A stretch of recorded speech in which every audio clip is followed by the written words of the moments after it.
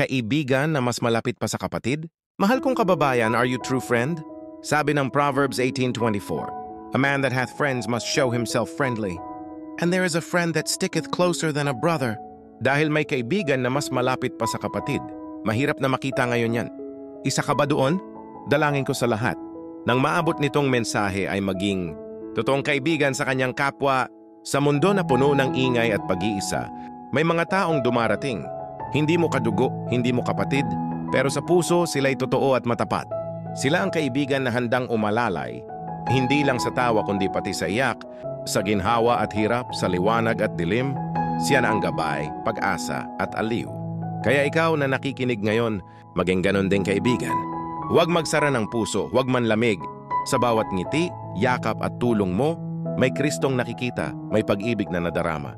Sa huli, tandaan mo, ang mabuting Kristiyano ay palakaibigan